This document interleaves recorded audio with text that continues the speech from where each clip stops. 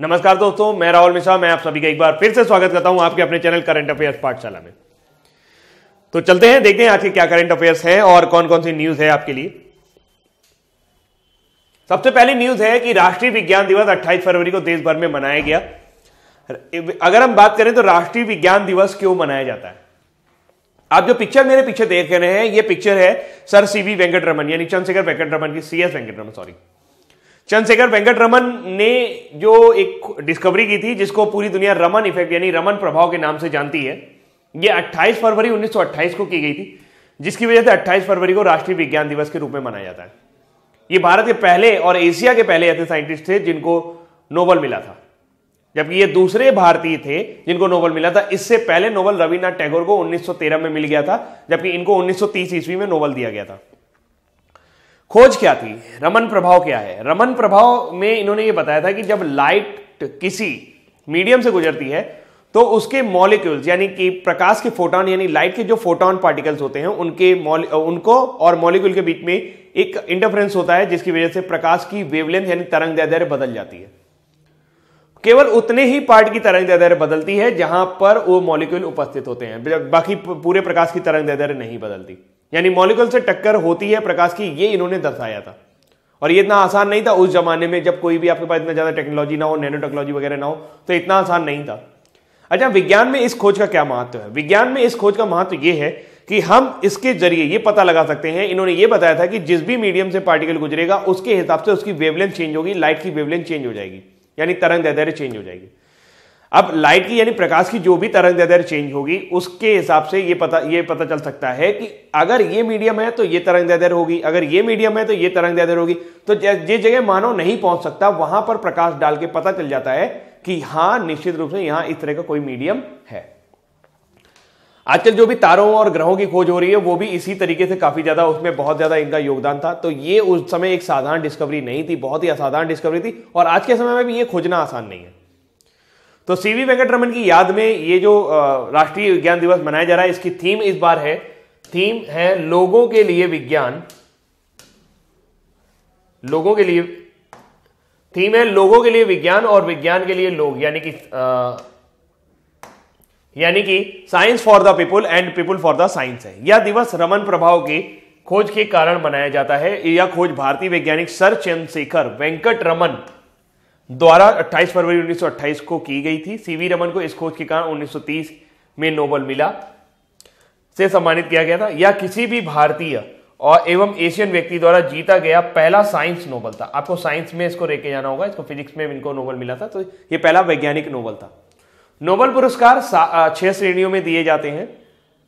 सबसे पहले शांति, फिर साहित्य, चिकित्सा, आपका भौतिक विज्ञान, आपका रसायन विज्ञान और अर्थशास्त्र। तो भारत को अब तक लगभग 5 नोबेल प्राप्त हो चुके हैं जो भारतीय मूल के हैं, मतलब भारतीय जन्मे हैं, जो भारतीय नागरिकता के साथ 5 नोबेल प्राप्त हो चुके हैं। जबकि आखिर जब आपका पिछला जो नोबेल प्राप्त हुआ था वो कैलाश सत्यार्थी को शांति के लिए दिया गया था। जबकि 3 लोगों को यह नोबेल भारतीय मूल के होने की वजह से मिला था, लेकिन वो बाहर रह रहे थे, उनके पास भारत के अलावा और भी कोई नागरिकता थी। तो फिलहाल बात करते हैं स्टूडेंट्स की पढ़ाई के साथ साथ रोजगार के लिए तैयार करने हेतु एक श्रेयस पोर्टल लॉन्च किया गया है। श्रेयस पोर्टल का फुल फॉर्म आप देख सकते हैं। श्रेयस का मतलब है scheme for higher education youth for apprenticeship and skills. तो ये है आपका scheme for higher education youth for apprenticeship and skill, पता नहीं क्या हो गया, निकल ही नहीं रहा। पोर्टल लॉन्च किया है। इस पोर्टल की सहायता से स्नातक की डिग्री पाने वाले छात्रों को उद्योग जगत में प्रशिक्षण का कोर्स कर उन्हें कौशल युक्त बनाया जाएगा ताकि वे रोजगार के योग्य बन सके। श्रेयस का योजना के उद्देश्य क्या है? उच्च शिक्षा प्रणाली में सीखने की प्रक्रिया में रोजगार प्रासंगिकता की शुरुआत करना। आपने देखा होगा कई सारे बीटेक एमबीए ऐसे हैं जो आज भी बेरोजगार हैं, और इसमें उनकी कमी नहीं है, इसमें कमी ज्यादा है सिस्टम की, क्योंकि सिस्टम ने जो भी एजुकेशन सिस्टम है वो उनको रोजगार परक नहीं बना पा रहा, उनको मार्केट के लेवल के हिसाब का नहीं बना पा रहा। तो उसकी शुरुआत की गई है अब स्थायी आधार पर शिक्षा, उद्योग, सेवा क्षेत्रों के बीच घनिष्ठ कार्यात्मक संबंध बनाना, मौजूदा समय की मांग के अनुसार छात्रों के कौशल प्रदान करना, उच्च शिक्षा कार्यक्रमों में पढ़ाई के साथ साथ कमाई की व्यवस्था को भी स्थापित करना, इंडस्ट्री को बेहतर कार्य शक्ति प्रदान करने के लिए कुशल कार्यकर्ताओं को तैयार करना, सरकार के प्रयासों को सुविधाजनक बनाने के लिए साथ साथ छात्र समुदाय को रोजगार से जोड़ना। तो ये आपको ध्यान रखना होगा। तो फिलहाल किस मंत्रालय ने ये योजना चलाई है? श्रेयस पोर्टल का लॉन्च किया है मानव संसाधन MHRD मंत्री प्रकाश जावड़ेकर। तो यहां से एक क्वेश्चन ये बन सकता है कि मानव संसाधन विकास मंत्री कौन है? तो प्रकाश जावड़ेकर। श्रेयस पोर्टल का फुल फॉर्म क्या है वो आपको याद रखना होगा, scheme for higher education for youth apprenticeship and skill. तो ये पोर्टल लॉन्च किया गया है और इसके लिए आपको ये 2-3 बातें याद रखनी चाहिए। अगली जानकारी, रूस, भारत और चीन के विदेश मंत्रियों की 16वीं बैठक हो रही है। रूस, भारत और चीन के विदेश मंत्रियों की 16वीं बैठक चीन के वुझेन में आयोजित की गई है। वुझेन नाम याद रखिएगा, कहां आयोजित की गई? वुझेन में। फिर उसके बाद इस बैठक में भारत की विदेश मंत्री सुषमा स्वराज, रूस की विदेश मंत्री संगई लावरोव, चीन के विदेश मंत्री वांग यी ने हिस्सा लिया। इस बैठक में पाकिस्तान के बालाकोट में जैश-ए मोहम्मद के आतंकी शिविर पर भारत के हवाई हमले, पुलवामा आतंकी हमले सहित कई मुद्दों पर चर्चा हुई है।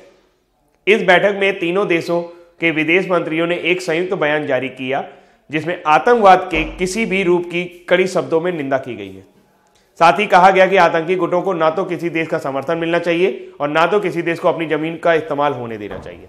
आतंकी और आतंकी गतिविधियों का समर्थन और उनके पालने पोसने वाले लोगों पर केस चलना चाहिए। तो यहां से सिर्फ एक चीज इंपॉर्टेंट निकल के आती है कि रूस, भारत और चीन की अभी हाल ही में विदेश मंत्री स्तर पर जो बैठक हुई है वो कहां हुई है और ये कौन से नंबर की बैठक थी? ये 16वें नंबर की बैठक थी और ये कहां आयोजित हुई है? ये चीन के वुझेन में आयोजित हुई है। अगली जानकारी है, गोविंद शर्मा को नेशनल बुक ट्रस्ट का चेयरमैन नियुक्त किया गया है। शिक्षाविद एवं लेखक गोविंद प्रसाद शर्मा को नेशनल बुक ट्रस्ट का चेयरमैन नियुक्त किया गया है। नेशनल बुक ट्रस्ट की स्थापना सरकार ने 1957 में की थी। यह मानव संसाधन विकास मंत्रालय के अधीन उच्च शिक्षा विभाग के तहत कार्य करती है। यह भारतीय लेखकों के उत्कृष्ट रचनाओं को दूसरी भाषाओं में भी प्रकाशित करता है। यह विदेशी भाषाओं की पुस्तकों का भी अनुवादन करता है। कौन करता है? यह है आपका अधीन यह मानव संसाधन विकास नेशनल बुक ट्रस्ट। तो नेशनल बुक ट्रस्ट का जो आपका इनकी स्थापना कब हुई थी? 1957 में हुई थी और अभी हाल ही में इसका चेयरमैन किसे नियुक्त किया गया है? गोविंद प्रसाद शर्मा, जिनकी फोटो आप स्क्रीन पर देख पा रहे हैं। अगली जानकारी है, ये खेल से जुड़ी हुई जानकारी है। ISSF कप यानी कि इंटरनेशनल शूटिंग स्पोर्ट्स फेडरेशन विश्व कप ये चल रहा है और जैसा कि मैंने आपको कुछ दिन पहले बताया था कि सौरभ चौधरी ने इसमें 10 मीटर एयर पिस्टल राइफल में स्वर्ण पदक जीता था। अब उनका नाम फिर से आया है, लेकिन इस बार उन्होंने जोड़ी में यह स्वर्ण पदक जीता है। ये जोड़ी उनकी मनु भाकर और सौरभ चौधरी की थी और इस जोड़ी ने 10 मीटर एयर पिस्टल के युगल मुकाबले में चीन के रनक सिंह जियांग और बोवेन झांग को मात देकर स्वर्ण पदक जीता है। तो ये आपको ध्यान में रखना होगा, इन्होंने एकल का भी स्वर्ण पदक जीता था और युगल का भी स्वर्ण पदक जीता है। अगली जानकारी है national youth parliament festival 2019 award. प्रधानमंत्री श्री नरेंद्र मोदी ने नई दिल्ली के विज्ञान भवन में राष्ट्रीय युवा संसद महोत्सव 2019 के लिए पुरस्कार विजेताओं को पुरस्कार प्रदान किए। काफी सारे लोगों को पुरस्कार दिए गए हैं, इसलिए पेपर में यह क्वेश्चन नहीं आ सकता कि किसको दिया गया।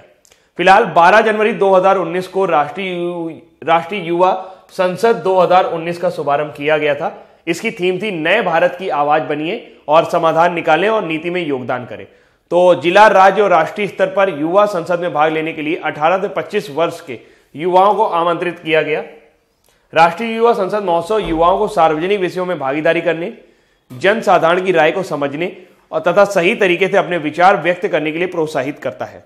यह महोत्सव नए भारत के विजन की प्रासंगिक और कारगर आवाज को व्यक्त करता है और युवाओं को नीति निर्माताओं के उपलब्ध कराए, युवाओं को जो भी ऐसे अवसर उपलब्ध कराए जाते हैं जैसे कि वो नीति निर्माता बन सके और क्रियान्वयन के लिए आगे बढ़ाया जाता है। तो be the voice of India, find solution and contribute to policy, ये आपको याद रखना होगा। और नेशनल यूथ पार्लियामेंट जो अवार्ड्स है, ये फेस्टिवल है, ये कहां मनाया गया था? ये नई दिल्ली में मनाया गया था और आपको इसकी थीम याद रखनी चाहिए और इसको कहां मनाया गया ये आपको याद रखना चाहिए, किस सम्मेलन में किया गया। अगला है, एक डिस्प्यूट हो रहा है, चल रहा है, पता नहीं आपको इसकी जानकारी है या नहीं, लेकिन एक डिस्प्यूट है यानी कि विवाद है ब्रिटेन और मॉरिशस के बीच। ब्रिटेन और मॉरिशस के बीच में जैसा कि आप फिगर में देख पा रहे होंगे, एक लिखा हुआ है चागोज आइलैंड। चागोज आइलैंड को लेकर विवाद है। एक्चुअल में हुआ क्या था कि जब मॉरिशस का भी ब्रिटेन का उपनिवेश रहा है, उसके आजाद होने से 3 साल पहले यानी 1965 में अंग्रेजों ने फूट डालो राज करो नीति के तहत, ब्रिटेन ने फूट डालो राज करो नीति के तहत मॉरिशस से चागोस आइलैंड को अलग कर दिया। अब मॉरिशस उसको चाहता है। फिर जब मॉरिशस से चागोस आइलैंड को अलग कर दिया गया तो उस समय उसकी आबादी केवल 1500 थी। ब्रिटेन ने जबरदस्ती वहां कुछ ऐसे कानून लगाए, कुछ ऐसे क्रियाकलाप किए जिससे वहां के 1500 निवासियों को चागोस आइलैंड छोड़ के जाना पड़ा। वहां पे एक स्थान है और ब्रिटेन ने ऐसा किया था ताकि जो अमेरिका है वो वहां पर अपना एक सैन्य अड्डा बना सके, जो सैन्य अड्डा है Diego Garcia. Diego Garcia America का आज भी सबसे बड़ा सैन्य अड्डा है जो चागोस आइलैंड में है। मॉरिशस ने यूनेस्को में शिकायत की और ये दर्ज कराया कि कुछ पॉलिसी के तहत ये अंतर्राष्ट्रीय जस्टिस न्यायालय में उन्होंने व्यवस्था दी है कि बोला कि ये जो चागोस आइलैंड है इसको आप तब अलग नहीं कर सकते जब आप एक उपनिवेश का हिस्सा है। तो ब्रिटेन ने जो किया है वो गलत है। इस बारे में उन्होंने कहा कि आप परामर्श मंतव्य दीजिए, यानी कि हमारा परामर्श करवा दीजिए हम दोनों के बीच में। तो इस तरह का उन्होंने कुछ मांगा था। अब बात करते हैं न्यूज क्या है। हाल ही में संयुक्त राष्ट्र संघ के उच्चतम न्यायालय अंतर्राष्ट्रीय न्यायालय ने, जिसको अंतर्राष्ट्रीय न्यायालय भी कहा जाता है, ने यह व्यवस्था दी है कि यूनाइटेड किंगडम को हिंद महासागर के स्थित चागोस द्वीपों से अपना नियंत्रण यथाशीघ्र वापस ले लेना चाहिए। यानी कि यूनाइटेड किंगडम को ये पूरा उन्होंने कब्जा कर रखा है वो वापस लेना चाहिए, क्योंकि ये द्वीप मॉरिशस से विधिवत अलग नहीं हुए थे, कोई कागजी व्यवस्था नहीं थी। इस व्यवस्था की प्रतिक्रिया में यूनाइटेड किंगडम के विदेश कार्यालय ने कहा है कि ये कोई न्याय निर्णय नहीं है जो मैं मानूं, ये तो एक परामर्श मंतव्य है। और यह सच है कि अंतर्राष्ट्रीय न्यायालय के द्वारा दिए गए परामर्श मंतव्य बाध्यकारी नहीं होते हैं, परंतु ऐसे मंतव्य के कई मायने भी होते हैं। इस मंतव्य से भविष्य में होने वाले समझौते के समय मॉरिशस की स्थिति सशक्त होगी और साथ ही ब्रिटेन पर चागोस द्वीपों को छोड़ने का अंतर्राष्ट्रीय दबाव भी बनेगा। तो अगर हम मॉरिशस की बात करें तो मॉरिशस की जो राजधानी है वो है पोर्ट लुइस, और मॉरिशस में जो करेंसी चलती है वो मॉरिशियाई रुपया है। और बार्लेन व्यापुरी BARLEN व्यापुरी। वैसे तो अभी यहां पर कोई प्रेसिडेंट नहीं है, लेकिन ये कार्यवाहक राष्ट्रपति की तरह काम कर रहे हैं। पिछले साल अमीना गरीब फाकिन क्योंकि उनका एक फाइनेंशियल स्कैंडल में नाम आ गया था जिसकी वजह से उन्हें इस्तीफा देना पड़ा था, तब से बार्लेन व्यापुरी उस पर एक राष्ट्रपति की तरह कार्य कर रहे हैं। अब थोड़ा सा देख सकते हैं कि ये मैप है, ये दक्षिण अफ्रीका है। मॉरिशस जो है ये हिंद महासागर में दक्षिण अफ्रीका की सीमा से मेडागास्कर से 900 किलोमीटर दूर है। ये जो डिस्टेंस है ये 900 किलोमीटर की है, और इससे भी कई किलोमीटर दूर आपका चागोस आइलैंड है। लेकिन था ये मॉरिशस का ही हिस्सा। मॉरिशस में कई छोटे छोटे और द्वीप भी हैं। तो फिलहाल ये अपने द्वीप को वापस पाना चाहते हैं। फिलहाल वहां पे कोई भी जनसंख्या नहीं, वहां सिर्फ और सिर्फ अमेरिकी सैनिक कार्रवाई हो रही है। नासा न्यू हॉरिजन्स का नाम तो आपने सुना ही होगा। ये 19 जनवरी 2006 को छोड़ा गया था। क्यों छोड़ा गया था? ये 19 जनवरी 2006 को इसलिए छोड़ा गया था कि जाओ बेटा और प्लूटो की तस्वीरें लेके आओ। प्लूटो जिसे ग्रह की श्रेणी से बाहर कर दिया गया है क्योंकि वो बहुत छोटा था। तो हाल ही में नासा ने अल्टीमा थुले नाम आपको याद रखना होगा। अल्टीमा थुले क्या है? अल्टीमा थुले पूरा का पूरा जानकारी स्क्रीन पर लिखा हुआ है, मैं पढ़ के बताता हूं आपको कि सबसे साफ चित्र भेजा है। इस चित्र में धरातल के गोल गोल टुकड़े, गहरी खाइयां और अन्य ऐसी वस्तु दिखाई दे रही हैं जो पहले नहीं दिख पाती थी। अल्टीमा थुले सौर मंडल के अंदर वरुण ग्रह जिसे आप नेपच्यून भी कहते हैं, नेपच्यून की परिक्रमा पथ से, यानी कि उसका जो ऑर्बिटल सर्किल है उससे भी आगे, ये एक्चुअल में जो आपका यम है यानी कि जिसको आप लोग प्लूटो कहते हो, वो प्लूटो की कुपियर बेल्ट यानी कि कुइपर बेल्ट, जो प्लूटो की कुइपर बेल्ट है उसमें स्थित एक पिंड है और काफी बड़ा है। इसे आप प्लूटो का उपग्रह भी कहते हैं क्योंकि प्लूटो खुद एक ग्रह नहीं रह गया तो उसका उपग्रह का क्या मतलब है।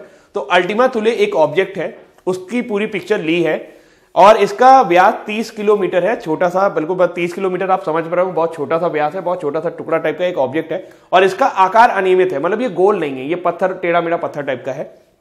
इसका रंग लाल है जो करोड़ों वर्षों से इसके हाइड्रोकार्बनों पर धूप पड़ने से हो गया है। अल्टीमा थुले कुइपर बेल्ट पर पाए जाने वाले उन पिंडों में से एक है जिसे वैज्ञानिक कोल्ड क्लासिकल्स भी कहते हैं। तो कोल्ड क्लासिकल्स किसे कहते हैं तो ये आपको थोड़ा सा यहां से जानकारी मिल जाएगी। इन पिंडों का परिक्रमा पथ लगभग गोल होता है और ये सूर्य के तल की ओर कम झुके हुए रहते हैं। न्यू हॉरिजन्स को 19 जनवरी 2006 को छोड़ा गया था, तब से यह यात्रा कर रहा है।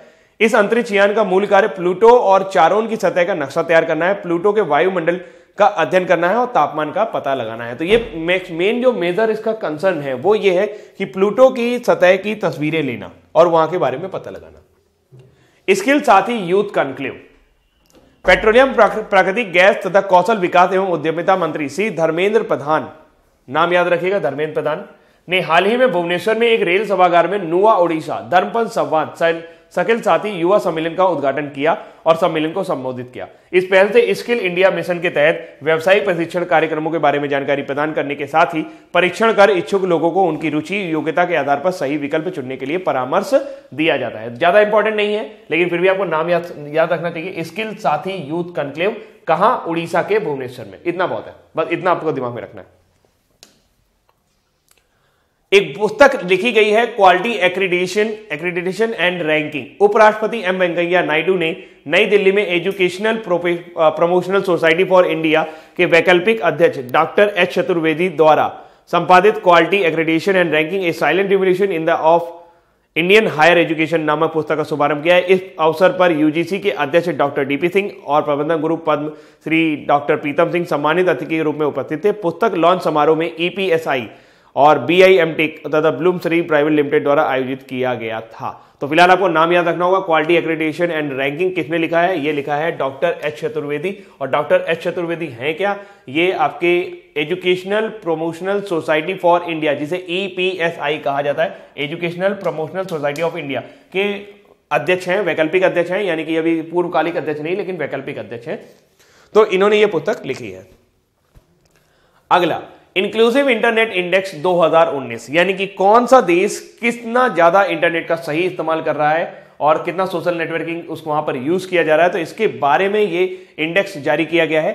भारत समावेशी इंटरनेट सूचकांक, इंक्लूसिव का मतलब होता है समावेशी, समावेशी मतलब सबको मिला लेना, 2019 में 47वें स्थान पर रहा है, जिसे इकोनॉमिक्स इंटेलिजेंस यूनिट द्वारा फेसबुक के लिए तैयार किया गया है। सूचकांक में 100 देशों के शामिल किया गया था जो दुनिया की आबादी का 94% और वैश्विक जीडीपी का 96% का प्रतिनिधित्व करेंगे।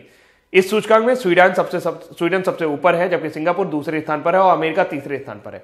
भारत ने अपने पिछले वर्ष की रैंक को बनकर रखा है। इंक्लूसिव इंटरनेट इंडेक्स का मतलब कितने प्रतिशत भारतीय इंटरनेट की सेवा से उपयोग करते हैं और उसमें फेसबुक का कितना यूज करते हैं। फेसबुक के लिए ये इंडेक्स कराया गया, ये सर्वे कराया गया। भूजल कोष संचय पहल को राष्ट्रीय जल पुरस्कार, उत्तर प्रदेश के जालौन जिले में शुरू की गई भूजल कोष संचय पहल को राष्ट्रीय जल पुरस्कार से सम्मानित किया गया है। यह पुरस्कार भूजल संरक्षण की श्रेणी में उत्कृष्ट जिले की श्रेणी में दिया गया है। केंद्रीय जल संसाधन, नदी विकास एवं गंगा संरक्षण राज्य मंत्री अर्जुन राम मेघवाल ने नई दिल्ली में जालौन के जिलाधिकारी मन्नान अख्तर को यह पुरस्कार भेंट किया। उल्लेखनीय कि देश में बुंदेलखंड सूखा प्रभावित क्षेत्र में शुमार है और यहां बड़ी संख्या में किसान आत्महत्या कर चुके हैं। इस स्थिति में जल भूजल कोष संचय पहल की संजीवनी का काम कर रही है। तो उत्तर प्रदेश के जालौन जिले को यह पुरस्कार मिला है और ये कौन सा पुरस्कार है? भूजल कोष संचय पहल को राष्ट्रीय जल पुरस्कार, क्योंकि ये जो है ये कहां पर काम कर रही है? जहां पर सूखा है। जालौन जिला जैसे कि बहुत ही जैसे बुंदेलखंड के अंतर्गत आता है और वो काफी सूखा जिला है, वहां पे पानी की बहुत सारी कमी है, तो वहां पर यह संस्था अच्छा काम कर रही है, इसलिए इसको राष्ट्रीय जल पुरस्कार से सम्मानित किया गया है। तो अब जैसा कि आपको पता है कि मैं एक ही वीडियो में, ये एक्सपेरिमेंटल है, प्रायोगिक है, अगर आपको पसंद आएगा तो ऐसा ही चलेगा। और अगर आपने वन लाइनर पूरा अपना डिटेल देख लिया है तो अब बारी है वन लाइनर की। अभी मैं एक ही वीडियो बना रहा हूं क्योंकि मेरे कुछ एक्सपेरिमेंट करने का मन था और मैंने एक्सपेरिमेंट किया है, देखता हूं ये कितना सफल होता है। तो फिलहाल वन लाइनर अब है, भारत में किस दिन राष्ट्रीय विज्ञान दिवस मनाया जाता है? तो भारत में हर साल 28 फरवरी 2019 को राष्ट्रीय दिवस मनाया जाता है। हाल ही में मानव संसाधन विकास मंत्री प्रकाश जावड़ेकर ने युवाओं में कौशल विकास के जरिए उन्हें काबिल बनाने के लिए कौन सा पोर्टल लॉन्च किया है? तो उनका नाम हो गया श्रेयस। फुल फॉर्म जरूर याद करिएगा, डिटेल में मैं अभी बता के आया हूं आपको। हाल ही में भारतीय युवा निशानेबाज मनु भाकर और सौरभ चौधरी ने 27वां ISSF वर्ल्ड कप कितने मीटर एयर पिस्टल में जीता है? तो 10 मीटर। नाम जरूर याद रखिएगा, किन्होंने जीता है? सौरभ चौधरी और मनु भाकर। तो युगल में इन्होंने ये 10 मीटर एयर पिस्टल राइफल में गोल्ड जीत लिया है। हाल ही में नई दिल्ली के विज्ञान भवन में राष्ट्रीय युवा संसद महोत्सव 2019 में किस उम्र के युवाओं को भाग लेने के लिए आमंत्रित किया गया था? 18 से 25 वर्ष के युवा को आमंत्रित किया गया था। हाल ही में संयुक्त राष्ट्र संघ के उच्चतम न्यायालय अंतर्राष्ट्रीय न्यायालय ने ब्रिटेन और मॉरिशस से किस विवाद का निर्णय दिया है? तो वो उन्होंने चागो द्वीपों पर लेकर चागो द्वीपों पर अधिकार को लेकर ये निर्णय दिया है कि ब्रिटेन को तुरंत ये इनको यथाशीघ्र खत्म कर देना चाहिए, मतलब वहां से निर्णय खत्म। लेकिन ब्रिटेन का कहना है कि ये परामर्श मंतव्य है, यानी कि इस तरह का है, इसको माना भी जा सकता है और नहीं भी माना जा सकता। पेट्रोलियम, प्राकृतिक गैस तथा कौशल विकास एवं उद्यमिता मंत्री श्री धर्मेंद्र प्रधान ने हाल ही में भुवनेश्वर में किस सम्मेलन का उद्घाटन किया है? तो उसका नाम है शकील साथी युवा सम्मेलन। कहां पे किया गया है? उड़ीसा के भुवनेश्वर में। हाल ही में उपराष्ट्रपति एम वेंकैया नायडू ने नई दिल्ली में quality accreditation and ranking a silent revolution in the of Indian higher education नामक पुस्तक का शुभारंभ किया। यह पुस्तक किसके द्वारा लिखी गई है? यह पुस्तक किसके द्वारा? डॉक्टर एच चतुर्वेदी द्वारा लिखी गई है, संपादित भी उन्हीं द्वारा की गई है। हाल ही में इकोनॉमिक इंटेलिजेंस यूनिट द्वारा समावेशी इंटरनेट सूचकांक 2019 में भारत का कौन सा स्थान है? तो इंक्लूसिव इंटरनेट इंडेक्स में भारत का 47वां स्थान है। पिछले साल भी ये 47वां था। हाल ही में उत्तर प्रदेश के जालौन जिले में शुरू की गई भूजल कोष संचय पहल को किस पुरस्कार से सम्मानित किया गया है? और उन्हें राष्ट्रीय जल पुरस्कार 2019 के लिए सम्मानित किया गया है, क्योंकि जो बुंदेलखंड इलाका है जहां पे जालौन है, बुंदेलखंड इलाका वैसे ही काफी अपनी पानी की कमी के लिए जाना जाता है और वहां पे इस तरह की पहल चला रहे हैं भूजल कोष, तो ये संजीवनी की तरह काम कर रही है, यानी कि उसको जिंदा करने का काम कर रही है। हाल ही में रूस, भारत और चीन के विदेश मंत्रियों की 16वीं बैठक कहां आयोजित की गई? चीन के वुझेन प्रांत में। चीन के वुझेन प्रांत में।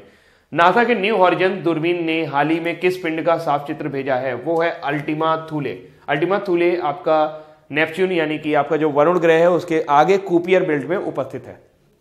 हाल ही में नेशनल बुक ट्रस्ट का चेयरमैन किसे नियुक्त किया गया है? सही आंसर है गोविंद शर्मा। तो ये रहे आपके वन लाइनर, और इस तरह से वन लाइनर के बाद अब बारी है दोस्तों क्विज की। और ये तीनों पार्ट आपको देखने के बाद निश्चित रूप से मैं श्योर हूं कि आपको ये याद हो जाएगा। पहला क्वेश्चन, हाल ही में मानव संसाधन विकास मंत्री प्रकाश जावड़ेकर ने युवाओं में कौशल विकास के जरिए उन्हें काबिल बनाने के लिए कौन सा पोर्टल लॉन्च किया है? सही आंसर है उसका Shreyas. Shreyas is the right answer. Spelling थोड़ा सा देख लीजिएगा, SRHEYAS।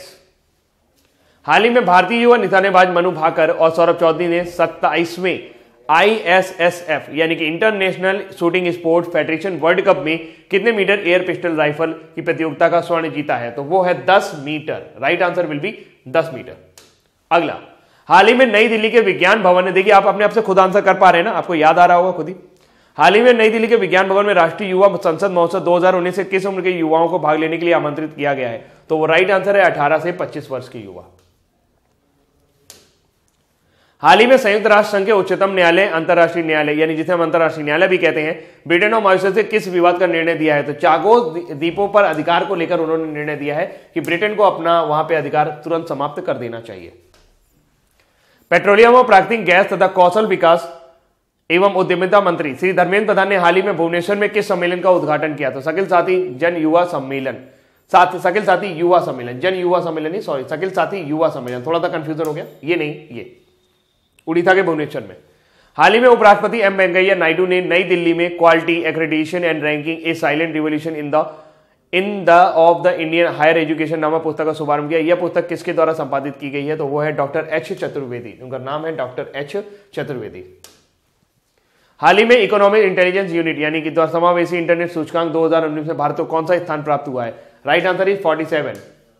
पिछले साल भी यही स्थान था। हाल ही में उत्तर प्रदेश के जालौन जिले में शुरू की गई भूजल कोष संचय पहल को किस पुरस्कार से सम्मानित किया गया है? तो उन्हें राष्ट्रीय जल पुरस्कार 2019 से सम्मानित किया गया है। बुंदेलखंड के जालौन जिले में उन्होंने काफी अच्छा ये योजना संजीवनी की तरह काम कर रही है। हाल ही में रूस, भारत और चीन के विदेश मंत्रियों की 16वीं बैठक कहां आयोजित की गई? तो चीन के वुझेन प्रांत में यह बैठक आयोजित की गई है। इसमें भारत की तरफ से सुषमा स्वराज ने भाग लिया। नासा के न्यू हॉराइजन्स दूरबीन ने हाल ही में किस पिंड का साफ चित्र भेजा है? तो उन्होंने अल्टीमा थूले। सारे ऑप्शन वही हैं, तो यहां पर राइट आंसर इज अल्टीमा थूले। तो कहीं पे भी ये ऑप्शन यहां पे मिस हो गए हैं, तो ये सही आंसर हो जाएगा अल्टीमा थूले। ये आपका वरुण ग्रह के आगे कुपियर बेल्ट में उपस्थित है।